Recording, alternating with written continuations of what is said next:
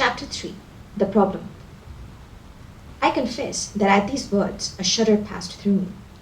There was a thrill in the doctor's voice which showed that he was himself deeply moved by that which he told us. Holmes leaned forward in his excitement, and his eyes had the hard, dry glitter which shot from them when he was keenly interested. "You saw this?" "As clearly as I see you." "And you said nothing. What was the use? How was it that no one else saw it?" "The marks were some 20 yards from the body, and no one gave them a thought.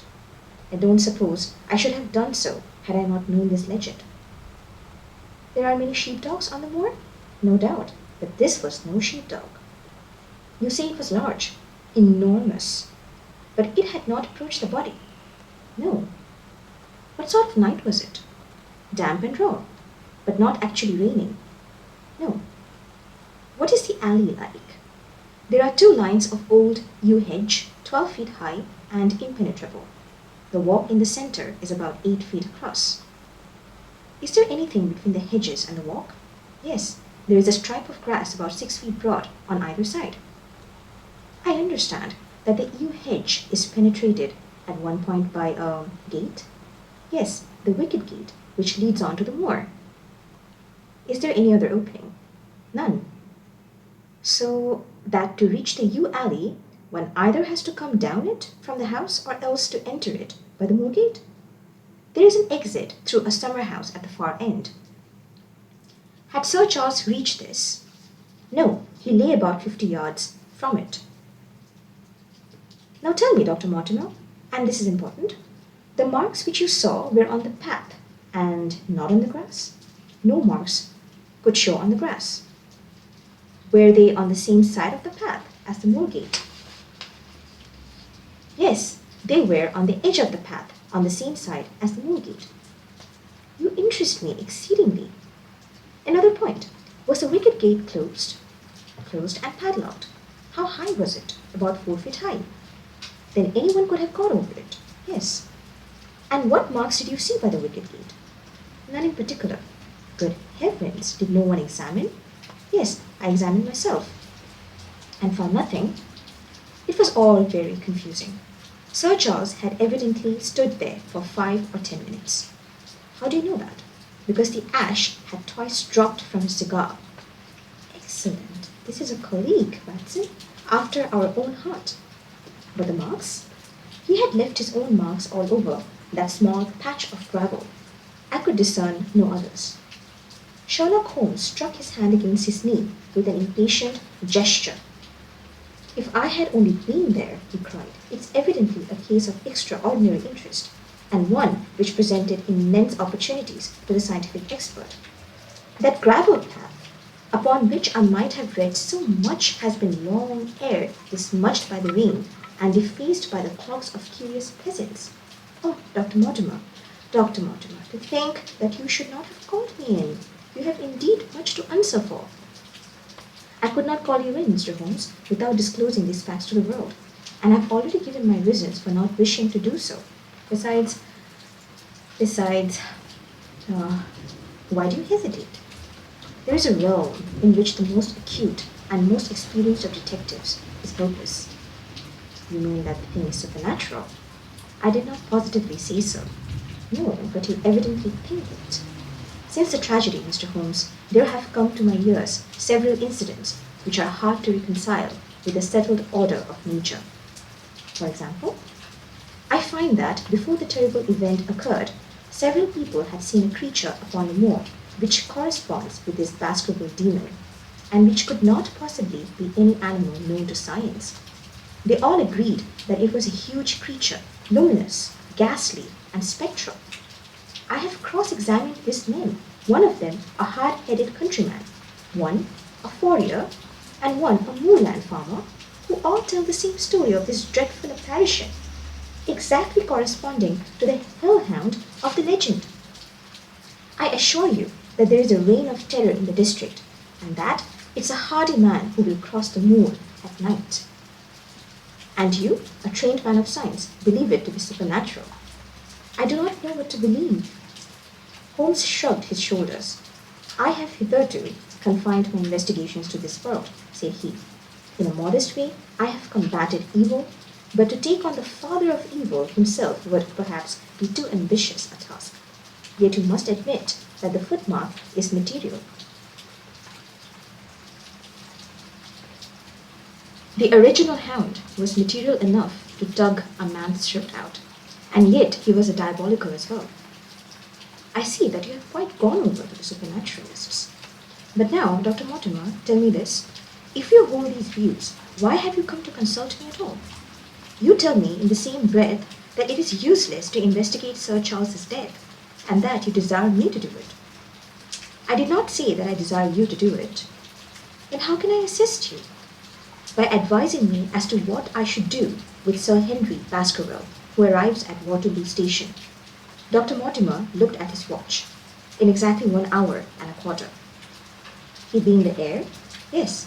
On the death of Sir Charles, we inquired for this young gentleman, and found that he had been farming in Canada. From the accounts which have reached us, he is an excellent fellow in every way. I speak now not as a medical man, but as a trustee and executor of Sir Charles's will. There is no other claimant, I presume? None.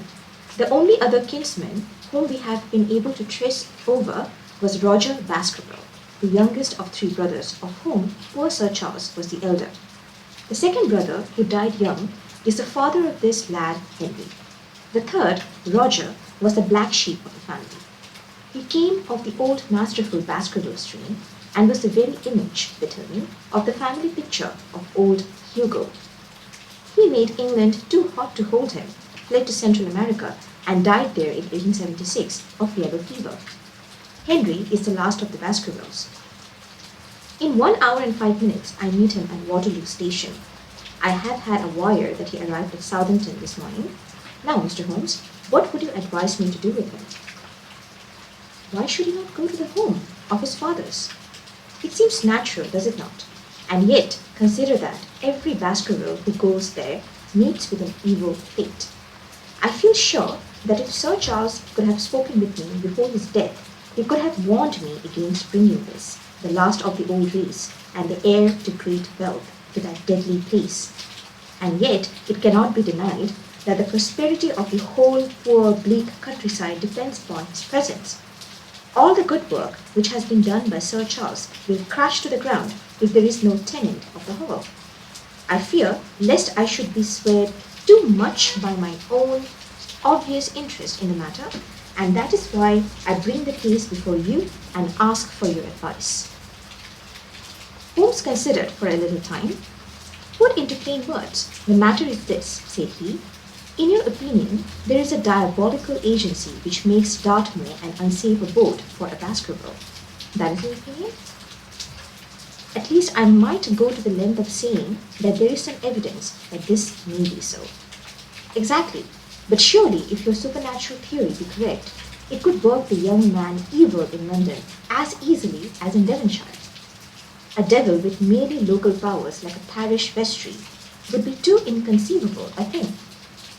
You put the matter more flippantly, Mr. Holmes, than you could probably do if you were brought into personal contact with these things.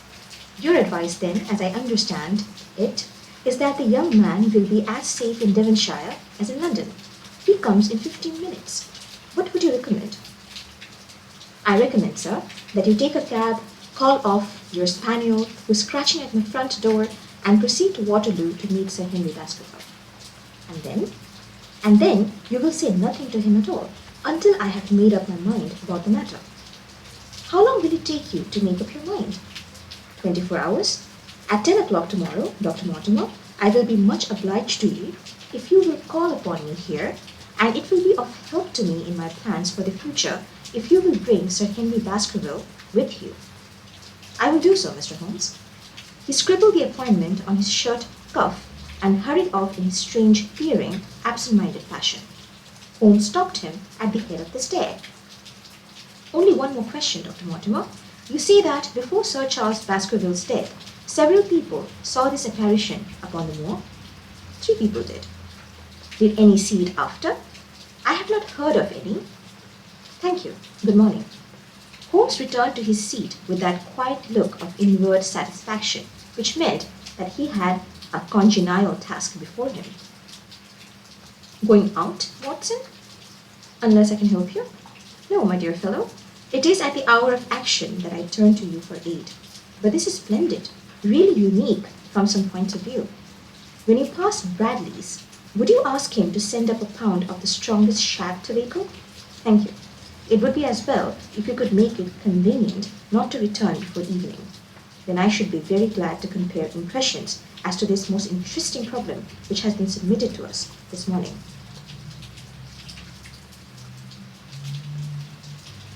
I knew that seclusion and solitude were very necessary for my friend in those hours of intense mental concentration, during which he weighed every particle of evidence, constructed alternative theories, balanced one against the other, and made up his mind as to which points were essential and which immaterial. I therefore spent the day at my club and did not return to Baker Street until evening. It was nearly 9 o'clock when I found myself in the sitting room once more. My first impression as I opened the door was that a fire had broken out, for the room was so filled with smoke that the light of the lamp upon the table was blurred by it. As I entered, however, my fears were set at rest, for it was the acrid fumes of strong, coarse tobacco which took me by the throat and set me puffing. Through the haze, I had a vague vision of Holmes in his dressing gown, coiled up in an armchair with his black clay pipe between his lips.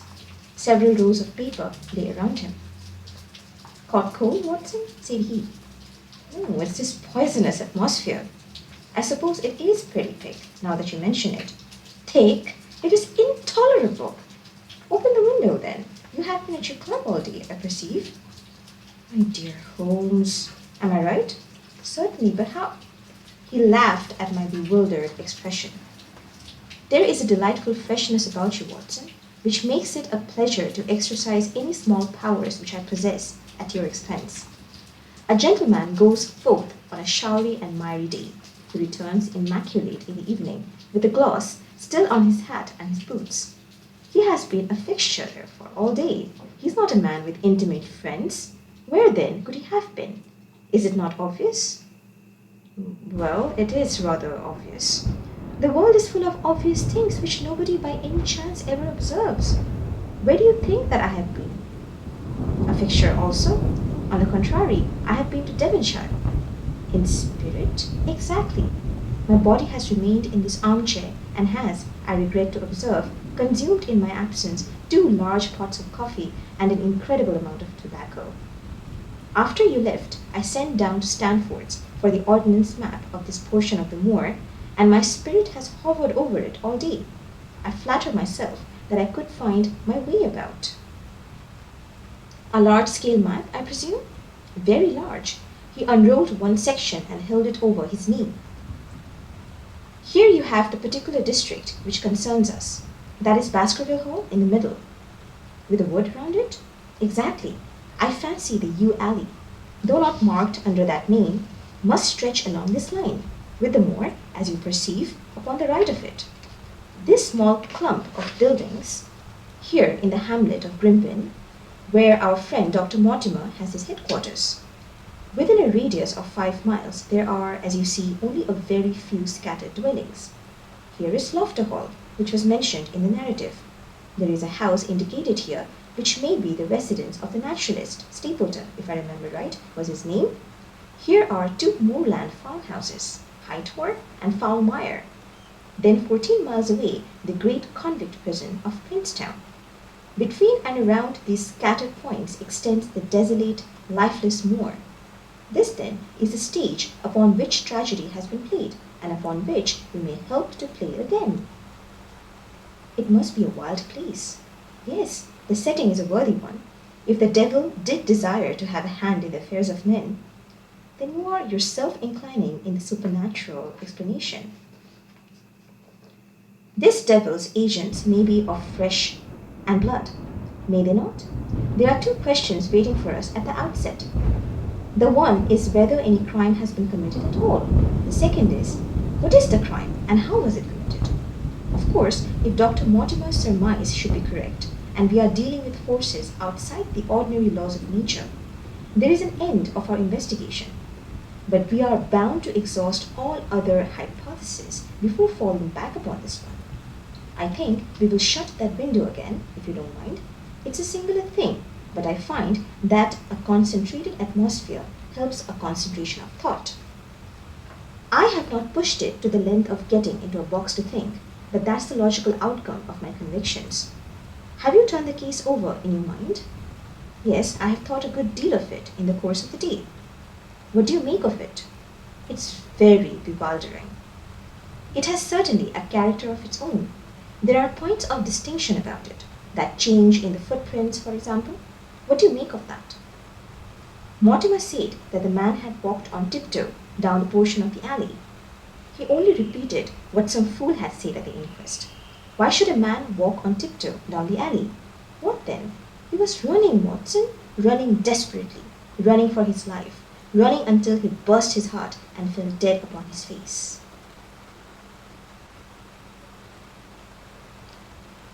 Running from what? There lies our problem. There are indications that the man was crazed with fear before ever he began to run. How can you say that? I am presuming that the cause of his fears came to him across the moor. If that were so, and it seems most probable, only a man who had lost his wits would have run from the house instead of towards it. If the gypsy's evidence may be taken as true, he ran with cries for help in the direction where help was least likely to be. Then again, whom was he waiting for that night? And why was he waiting for him in the yew alley rather than in his own house? You think that he was waiting for someone? The man was elderly and infirm. We can understand his taking an evening stroll, but the ground was damp and the night inclement. Is it natural that he should stand for 5 or 10 minutes, as Dr. Mortimer, with more practical sense than I should have given him credit for, deduced from the cigar ash? But he went out every evening. I think it unlikely that he waited at the moor gate every evening. On the contrary, the evidence is that he avoided the moor. That night he waited there. It was the night before he was to take his departure for London. The thing takes shape, Watson. It becomes coherent. Might I ask you to hand me my violin, and we will postpone all further thoughts upon this business until we have had the advantage of meeting Dr. Mortimer and Sir Henry Baskerville in the morning. Chapter 4. Sir Henry Baskerville. Our breakfast table was cleared early, and Holmes waited in his dressing gown for the promised interview. Our clients were punctual to their appointment, for the clock had just struck 10 when Dr. Mortimer was shown up, followed by the young baronet. The latter was a small, alert, dark-eyed man about 30 years of age, very sturdily built, with thick black eyebrows and a strong, pugnacious face. He wore a ruddy-tinted tweed suit and had the weather-beaten appearance of one who has spent most of his time in the open air. And yet there was something in his steady eye and a quiet assurance of his bearing which indicated the gentleman. "This is Sir Henry Baskerville," said Dr. Mortimer. "Why, yes," said he, "and the strange thing is, Mr. Sherlock Holmes, that if my friend here had not proposed coming round to you this morning, I should have come on my own. I understand that you think out little puzzles, and I have had one this morning which wants more thinking out than I am able to give it." "Pray take a seat, Sir Henry. Do I understand you to say that you have yourself had some remarkable experience since you arrived in London?" "Nothing of much importance, Mr. Holmes. Only a joke, as like as not. It was this letter, if you can call it a letter, which reached me this morning." He laid an envelope upon the table, and we all bent over it. It was of common quality, greyish in colour. The address, Sir Henry Baskerville, Northumberland Hotel, was printed in rough characters. The postmark, Charing Cross, and the date of posting the preceding evening. "Who knew that you were going to the Northumberland Hotel?" asked Holmes, glancing keenly across at our visitor. "No one could have known. We only decided after I met Dr. Mortimer." "But Dr. Mortimer was no doubt already stopping there?" "No, I had been staying with a friend," said the doctor.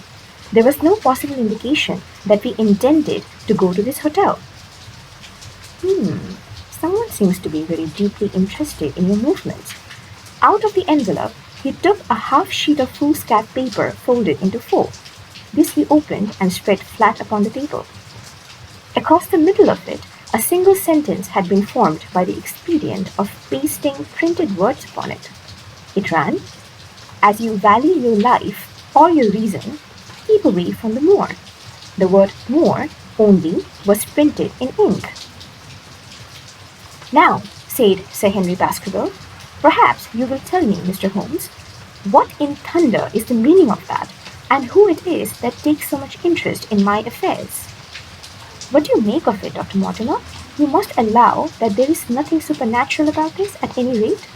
"No, sir, but it might very well come from someone who was convinced that the business is supernatural." "What business?" asked Sir Henry, sharply.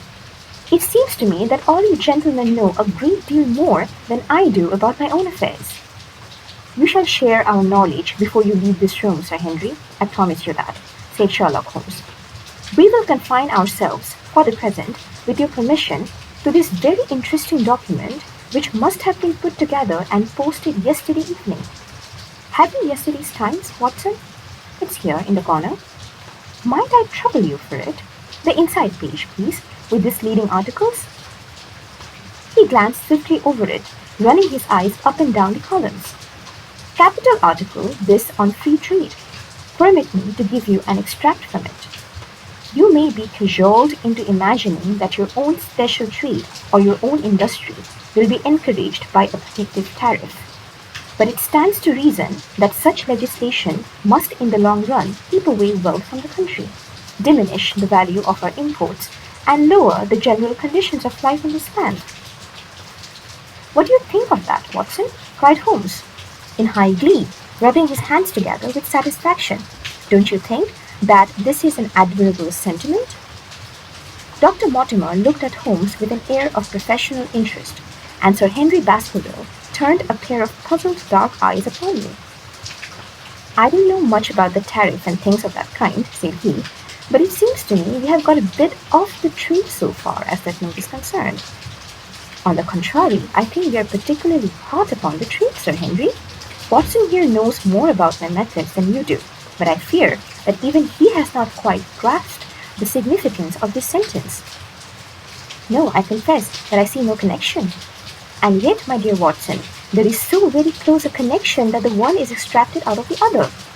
You, your, life, reason, value, keep away from the.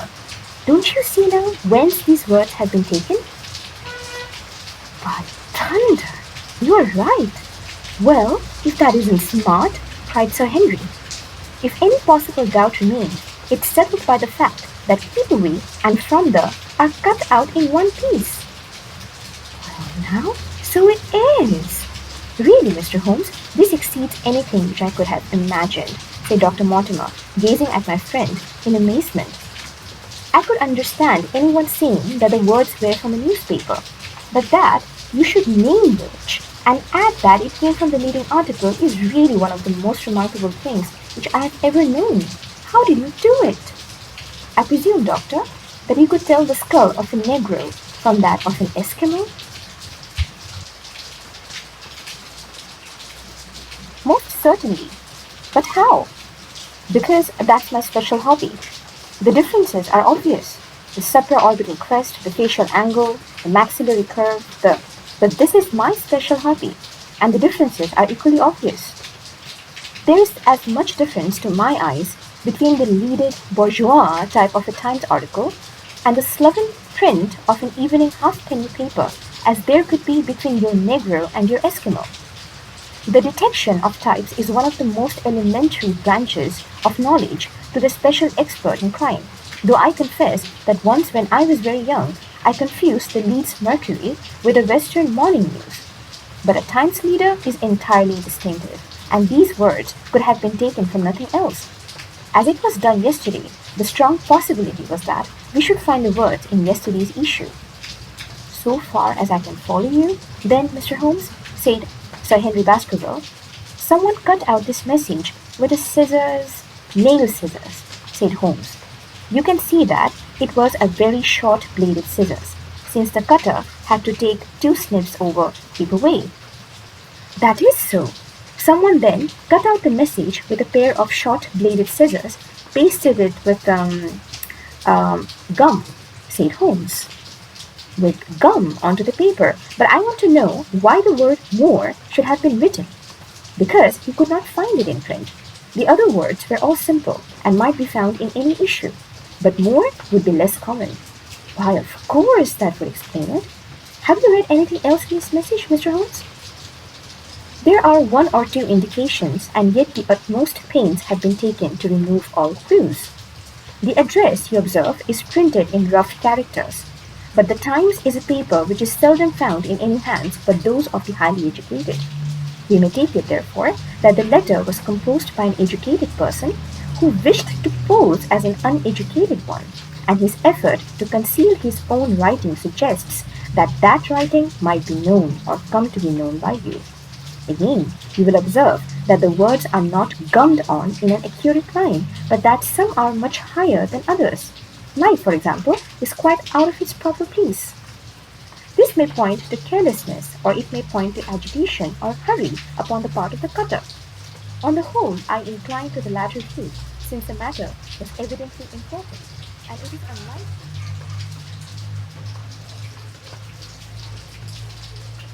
That's all for today, guys. Take care.